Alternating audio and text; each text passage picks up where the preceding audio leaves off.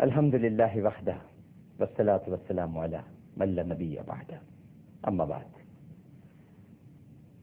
کیو ٹیلی vision دیکھنے والے تمام ہی ناظرین کرام کو پوری دنیا میں جہاں جہاں اس وقت یہ ٹرانسمیشن دیکھی جا رہی ہے، سب کو عامر لیاقت حسین کا السلام علیکم۔ آئیے اپنی اصلاح کریں۔ ہمارا یہ پروگرام ہے جسے آپ روزانہ اسی وقت دیکھتے ہیں، اور آپ کا میں بہت شکر گزار ہوں کہ آپ کی جو پسندیدگی کی سند حاصل ہو رہی ہے بذریعہ emails, telephone calls, S M S. اللہ تعالیٰ آپ سب کو خوش رکھے، آپ سب کو اپنی نعمتوں سے سرفراز فرمائے، اور میں بہت ذاتی طور پر آپ کا مشکور ہوں۔ آئیے اپنی اصلاح کریں۔ ناظرین کرام، انسان کی شرم و حیا اس کی عزت اور آبرو کی حفاظت کرتی ہے اور اس کی برائیوں کو دفن کر دیتی ہے، اس کی خوبیوں کو اجاگر کرتی ہے۔ شرم و حیا، اور جس کی شرم و حیا ختم ہو جائے ناظرین کرام، اس کی خوشی فنا ہو جاتی ہے، پھر اس کی زندگی میں کوئی مسرت نہیں رہتی،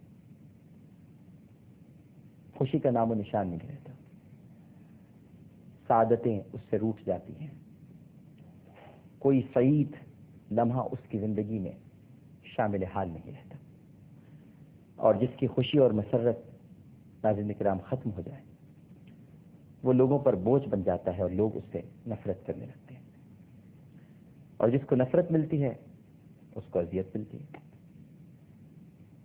سیدھا سیدھا سودا ہے دنیا کا۔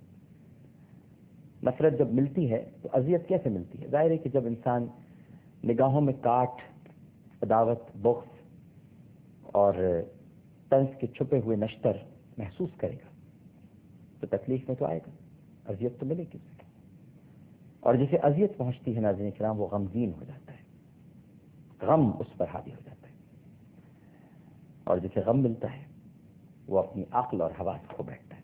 یہ پورا ایک سائیکل ہے، ایک سلسلہ ہے جو چل رہا ہے، اور یوں سمجھ لیجئے کہ جس کی عقل پر بن آئے تو سمجھ لیجئے وہ خود اپنی ذات کا سب سے بڑا دشمن اور مخالف ہے۔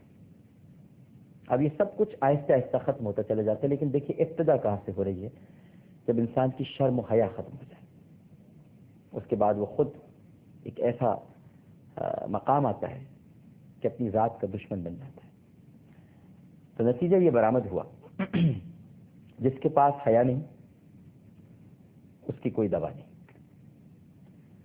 اور جس کے پاس وفا نہیں اس کے پاس حیا نہیں، جس کی کسی سے دوستی نہیں اس کے پاس وفا نہیں، اور جس کی شرم اور حیا ہی ختم ہو جائے تو پھر وہ جو کہے وہ کم ہی کہہ رہا ہے، اور جو کچھ کرے وہ کم ہی کر رہا ہے۔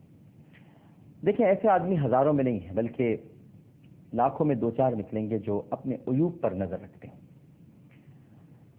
میں نے بہت کم دیکھا ہے کہ جو اپنے عیبوں پر توجہ دیتے ہوں، لیکن میں نے یہ بہت دیکھا ہے کہ لوگ اپنی خوبیوں پر گھمنڈ کرتے ہیں، اتراتے ہیں اپنی خوبیوں پر۔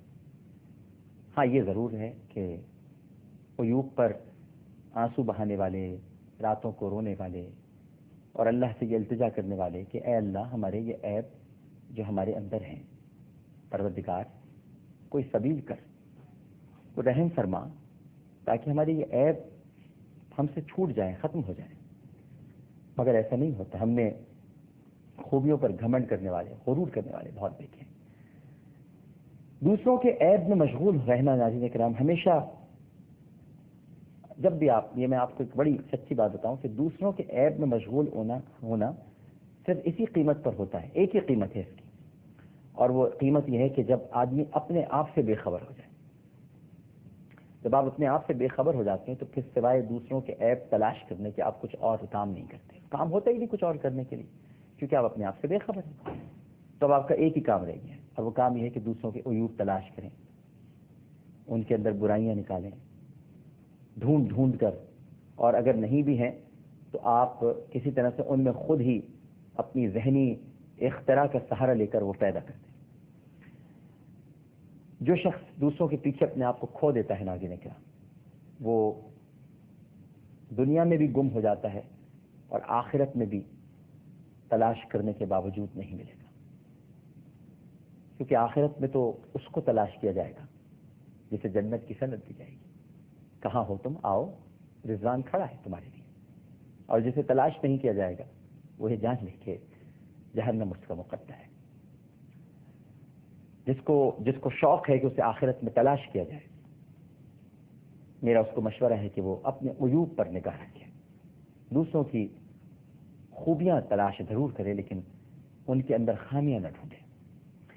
میں آپ کو یوں سمجھاؤں کہ حضرت امام اعظم ابو حنیفہ حضرت نعمان بن ثابت رحمہ اللہ تعالی،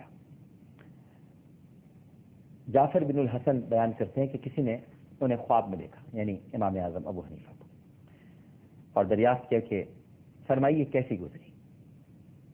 حضرت نے ارشاد فرمایا کہ بخشش ہو گئی. پوچھا کہ خدمت علم کے صلے میں؟ خدمت علم تو تھی نا امام اعظم ابو حنیفہ کی. علم پھیلایا، علم کو فروغ دیا. اپنے شاگرد اس دنیا میں چھوڑ کے گئے جنہوں نے فقہ حنفی کی نوک پلک سنوار کر آج ہمارے سامنے فقہ حنفی جس کے پیروکار دنیا میں سب سے زیادہ ہے. تو آپ نے ان سے پوچھا گیا کہ حضرت کیا خدمت علم کے صلے میں آپ کی بخشش ہو گئی؟ تو آپ نے فرمایا نہیں. مسکرا کے کہا کہ نہیں، خدمت علم کے صلے میں بخشش نہیں. وہ خدمت تو ہے بڑی، اس کا مطلب یہ نہیں ہے کہ خدمت علم کی وجہ سے بخشش نہیں ہوئی. لیکن آپ سنیے نا کہ بخشش کی وجہ کیا ہے. تو یہ سمجھنا چاہیے کہ اس کا مطلب یہ نہیں ہے کہ آپ یہ لے لیں کہ جناب وہ چونکہ ان کی خدمت علم نہیں ہے. خدمت علم اپنی جگہ پر ہے، وہ ہے، لیکن سوال بڑا اسپیسیفک ہے، بہت ہی ٹو دا پوائنٹ ہے. بخشش ہو گئی؟ جی ہو گئی. کیا خدمت علم کے صلے میں؟ نہیں، خدمت علم کے صلے میں نہیں ہوئی. اچھا جی، تو پھر نجات کیسے ملی؟ فرمایا کہ کیا بتا دوں تمہیں نجات کیسے ملی؟ لوگوں کی عیب جوئی کام آ گئی. لوگ مجھ پر نکتہ چینی کیا کرتے تھے اور میں انہیں صبر و ضبط کے ساتھ برداشت کرتا تھا. اللہ تعالیٰ نے میری اس ادا کو پسند فرمایا اور میری بخشش ہو گئی. اب امام اعظم کیا فرما رہے ہیں خواب میں کہ جو برائیاں کرتے تھے لوگ، جو ایذا پہنچاتے تھے، جو تکلیف دیتے تھے، میں اس کو برداشت کرتا تھا. مجھ پہ تہمتیں لگائی جاتی تھیں، الزامات کے تازیانے برسائے جاتے تھے، میرے لیے کیا کچھ نہیں کہا گیا. یہاں تک کہ بعض کتابوں میں ملتا ہے کہ امام اعظم ابو حنیفہ رحمہ اللہ تعالیٰ کو اتنی اذیت دی گئی کہ بعضوں نے تو ان پر کفر کے فتوے لگا دیے. لیکن آپ نے مسکرا کے خندہ پیشانی سے، کسی سے لڑے بغیر، الجھے بغیر اس کو برداشت کیا. فرمایا کہ عیب جوئی کام آ گئی. تو عیب جوئی آپ جب کسی کی کرتے ہیں تو آپ کو یہ احساس نہیں ہوتا، یہ معلوم نہیں ہوتا کہ آپ تو عیوب بیان کر رہے ہیں لیکن کسی دوسرے کا کام ہو رہا ہے. اس کے لیے جنت میں مکان آراستہ کیے جا رہے ہیں، بیت الحمد تعمیر کیے جا رہے ہیں. آپ عیب جوئی کرتے ہیں، آپ اپنا کام کریں. آپ کیڑے نکال رہے ہیں، آپ برائیاں کر رہے ہیں، کیونکہ آپ غیبت بھی کر رہے ہیں، آپ تہمت بھی لگا رہے ہیں، آپ الزام تراشی بھی کر رہے ہیں، آپ اپنے آپ کو برتر ثابت کرنے کی بھی کوشش کر رہے ہیں کسی سے، لیکن کام دوسرے کا ہو رہا ہے. آپ سمجھ رہے ہیں کہ شاید آپ کی گفتگو اس کے مقام کو گرا دے گی. ارے بھائی، دنیا میں شاید گرا دے لیکن اللہ کی نظر میں تو اس کا مقام بڑھ رہا ہے. اسے کہ کسی نے کہا تھا کہ پیٹھ پیچھے جو برائی کرتا ہے وہ دراصل اس لیے پیٹھ پیچھے برائی کرتا ہے کیونکہ وہ پیچھے ہوتا ہے. اگر وہ آگے ہوتا تو کبھی برائی نہ کرتا. پیٹھ پیچھے برائی کا مطلب یہی ہے کہ وہ آپ کے پیچھے ہے، وہ آگے نہیں آ سکتا، یہاں تک کہ وہ آپ کے برابر بھی نہیں آ سکتا، اس لیے پیٹھ پیچھے برائی کرتا ہے. تو اپنے عیوب پر نگاہ رکھنی چاہیے. ہم سب کے اندر بڑی خامیاں ہیں، بڑی کمزوریاں ہیں. نہ جانے ہم اپنی اصلاح کیوں نہیں کرتے. نہ جانے ایسا کیوں ہوتا ہے کہ جب ہم کبھی یار دوستوں میں بیٹھتے ہیں، کسی محفل میں، گھر میں، خاندان میں، رشتہ داروں میں، عزیز و اقارب میں، تو ہماری گفتگو کا محور، مرکز اور بنیاد دوسروں کے اندر کیڑے نکالنا ہوتا ہے. ایک لمحے کے لیے بھی ہم اپنے بارے میں نہیں سوچتے کہ ہم خود کہاں کھڑے ہیں. تکبر، غرور. نمازیں کیا پڑھ لی اگر ہم نے صحیح اوقات پر، تو ہم دوسروں کو تلقین کرنا